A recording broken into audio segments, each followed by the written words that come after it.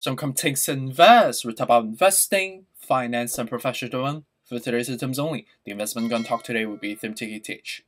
First, I want to say happy Friday officially today. Respect to recording time of 8:45 a.m. on the Eastern Time. Ethereum currently trading $4,119, up about 1.68% so far. With respect to a recording yesterday, it seems like I said yesterday was Friday, and I think I was just losing my mind. If you collectively have had over 40 meetings consecutively in the span of a week, with just sleep deprivation, and at the same time when stress is high, I guess at the same time I am someone that's constantly trying to push myself. My body was telling me to take a break or take some time off, but my mind is doing the opposite. Sometimes in my dream, even when I'm sleeping, I feel like I'm actually dreaming of working or doing things that are related to work as well. So I am truly a workaholic. I think that's is a good thing or a bad thing. I'm not sure, but I did get some sleep last night. I woke up like at 8:15 a.m. this morning, so I actually slept in a little bit. But I still woke up like at 7:45. I went to the bathroom and I tried to just go back to sleep, but I couldn't really. So I kind of struggled trying to sleep for like 20 minutes. But anyways, I'm back. I'm up. Have coffee. So let's go straight into the news. So respect to recording time again at 8:47 a.m. on the Eastern Time. Ethereum currently trading $4,127, up about 1.84% so far. On the overall crypto market and the equity market, seems like the stocks futures is slipping a bit, right? With respect to S&P 500 hits all-time high on as a new record yesterday, as you saw from Tesla hitting $900, which is all-time high technically per historical level, and subsequently kind of sell back down right now in the pre-market perspectives, up about 0.26%, as we are kind of hovering around like the $890 mark, kind of around the 895, 894. And respect to some other tech stocks is also surging as well, which is logical because of the sector rotations and the Santa Claus rally for the window dressing among hedge fund communities. So with respect to that, normalizations from the stock futures subsequently, drive some anti-correlation effect onto the crypto market, which is the reason why it translates into Bitcoin currently up about 2.2%, Dogecoin, Cardano, Solana up about 10%, which broke above $200 mark. It seems like the euphoria or the buying pressure that we would predict it is a lot higher than my expectation. I was expecting 195 and so, but it seems like the golden cross has actually performed way better with the rotations into Solana more prominently. Polkadot's up about 5% respectively. Algorand, same thing. Shiba Inu up about 1.44% right now. So with respect to the news, I've been collecting some news ever since I woke up. I was just reading news on my bed despite trying to get some sleep. Fortune magazine about 3 hours ago talked about stock futures slip after the S&P 500 hits a new record. Bitcoin splitters. So this is something that we have talked about with respect to the anti-collision effect from the equity side versus the crypto side. And the article also talks about, is Bitcoin a bubble? Is this is a sell-off imminent, right? Which we'll dive into a technical analysis to understand a little bit more. So next one's talk about Cointelegraph 6 hours ago. Talk about Bitcoin extends correction as Ethereum sees a picture-perfect rejections at all-time highs. So this is something that we saw from yesterday, right? We hit the 4,377.61 as the high from yesterday. But the technical level that we got to was about like 4,390 something, right? Which is basically just a hair away from the 4,400. So we couldn't get there, and unfortunately we didn't even have the sustainability to even get above the all-time high level either. So it seems like it looks good, but it wasn't as obviously comparable to the buying pressure that we've had on Bitcoin, which way surged above the all-time high at 67,000 in comparison to the past 64,000 respectively, right? So this is something that we have to keep an eye out on a technical front to see the momentum, which we'll dive into a little bit. And next one's on Bazinga about 11 hours ago. Talk about Bitcoin rally takes a breather, taking Ethereum, Dogecoin down with it, but these coins are still up. So this is another article talking about with respect to the technical front to see what's the momentum going forward, which we'll dive into a little bit. Seems like a lot of news just talk about the technicals today, huh? The next one's on Cointelegraph about 13 hours ago. Talk about Bull's fight to keep Ethereum price above 4,000 ahead of the Friday $435 million of option expiry. So it seems like there is some option contract that's in place right now. Ultimately, with respect to these affectation, is quite binary. Ultimately, right? We do not know or have the live feed visibility into how people are basically shifting the contracts in or shifting the contracts outward. So 435, it really ultimately depends on the juxtaposition in comparisons to people buying put options versus call options on their respective times and the respective price spectrum that they want to execute at, right? So we might see some volatility coming. We might see a pump because of the short squeeze, if you may. But I think with respect to the bullish sentiments that we've been having so far, I think it could be quite binary. I think most people, because of the fact that historically we've been surging ever since the China crackdown to the 2,750, we've been surging for a couple of weeks now. So I think buying some put options wouldn't be the most out of the stretch, I would say. I think that if I was to make a bet, I think most people would be executing that way. So I foresee today could just be another kind of flat day, even though this is a relatively large option expiry, if you may. The next one's on Bazinga about 15 hours ago. Talk about IOTA, launches smart contracts, another one fighting for a slice of the Ethereum cake. So it seems like there's more crypto. Oh, it's like still in the beta stage, to be honest. Still, try to launch something comparable to like a smart contract. Try to capture the globalization or the commercializations of Ethereum.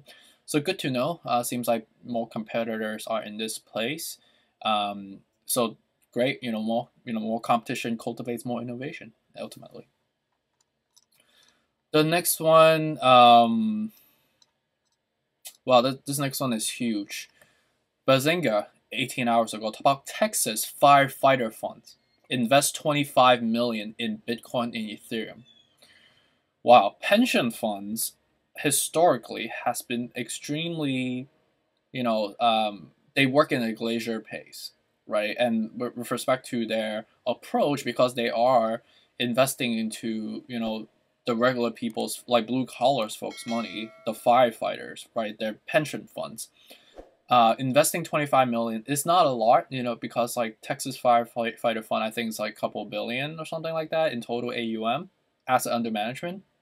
The 25 is not a huge amount, but for them to put a stamp of approval, that's a huge stamp of approval, because pension funds oftentimes work in a very slow pace, and it takes them a long time to approve either signing on a fund as an investment opportunity or going through the investment process for a specific deal as well. So this is a really monumental news. I would say out of all the news so far, with all the technical, this is the most substantive news that I've heard so far for a while, which is quite interesting. I wish, and I hope more pension funds are going to be holding this, because if that's the case, and again, pension funds do follow, and they do referrals, across the U.S., right? They're like the Los Angeles Fires Police, right? The Chicago Fires, right? There is the New York State Common, right? Which is this New York State pension fund. There's the New York City pension fund. There is, like all the university endowments as well. So if all of these endowments and corporate institutional funds are investing into Bitcoin, that will subsequently change the whole dynamic of the spectrum and surge up the entire market to go up from here. So if that's the case, and that's a lot of money in the pension fund side of the ecosystem for them to, investing into crypto assets, I think for Bitcoin to hit 100K, it might even come sooner than expected. For Ethereum to hit 10K, it might come even sooner than expected if that was the case, because there's still a lot of untapped monetary value that can be circulated into the ecosystem for crypto. So great news, I would say. And I think that's pretty much it on the news front. So let's take a look at a technical. I'm really excited about this Texas fire news, to be honest with you. And with respect to the overall technical front right now, we see that we surged to the 4,377 yesterday, and then subsequently sell back down. You can see how quickly people executed the sell order right away when we got there, right? Because people just don't have that sustainability, and most of the surge has been predominantly driven by public investors, so that's not sustainable at all, as we know. Right, so right now we are still in the bullish trend. So I would say, we're still overbought. So do you want to test the luck? Right now, this is mainly driven by just media affectation and the drag effects from Bitcoin. Again, if we're going to go through the whole oscillation, the risk is very, very high right now. I will buy until we come back down to more of a normal state at the bare minimum, the 3,475, 3,150. But for me, I think, yeah, anywhere around like this spectrum would be much better for me in a risk-averse perspective. Bitcoin right now is a very bearish setup. You could see that you are curving down and we are fusing together. At the same time, we're still screaming crazy overbought. And you see this mega red candle. We sold down $4,000 so far already, which is enormous. And I don't really foresee any like positive affectation that's coming soon. I mean, if we hear more like the pension funds investing in us, or more media, pumping us, or if we hear from Jerome Powell saying something that the feds are investing into crypto or something, exogenous or, frankly, macro driven like that, we could keep surging. But that's a big stretch, and that's a pretty big wild card as well. That, for us to incentivize to be buying, we want to deplete back to the normal level on the RSI, and the MACD is forming a negative cross, like a death cross slowly. So I think ideally, coming back down to the 43 to the 40 would be a much better level in a more of a risk-averse perspective, or at bare minimum at the 52. Right now it's this is just buying on a huge premium.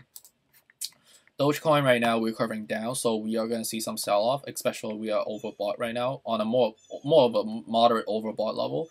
So ideally buy at the 21 and the 20 cents. Cardano, we are having a lag effect still at the 49 of 70.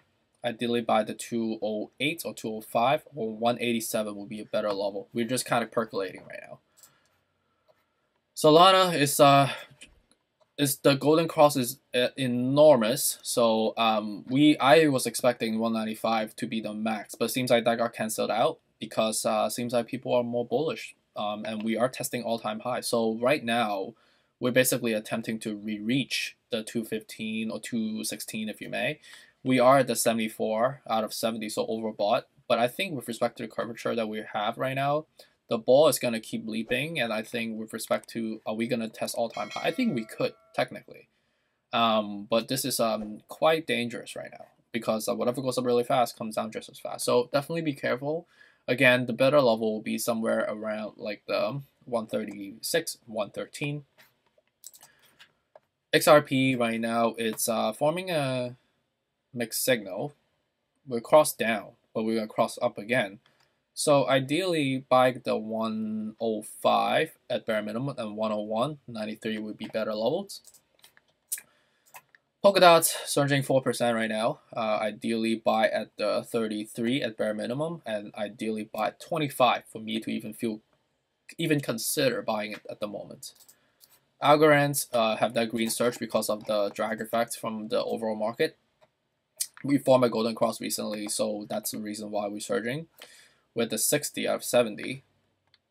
So this might be, I think as we hit the $2 mark, we might sell back down because it's like a relatively flat number, monumental one as well.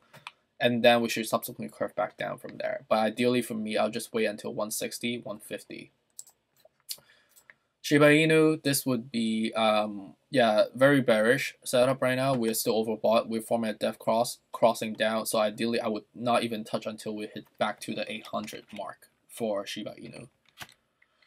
So with respect to the risk management level to dollar cost average, these are the levels that we've identified when the RSI depletes back to like below 35 and when there's a golden cross that's about to be formed, right? These are the best level to dollar cost average at when it's, the whole market depletes, right? So hopefully this is helpful for you. Ultimately, this is like my risk aversion. This is not for everybody. If you want to buy now, go ahead, but you just have to remind yourselves that you have to hold it for a long term. This is not going to be a quick gains, especially not at this risk level, right? So hopefully this is helpful. I really appreciate you for dropping by again on this Friday officially, and apologies for the confusion yesterday.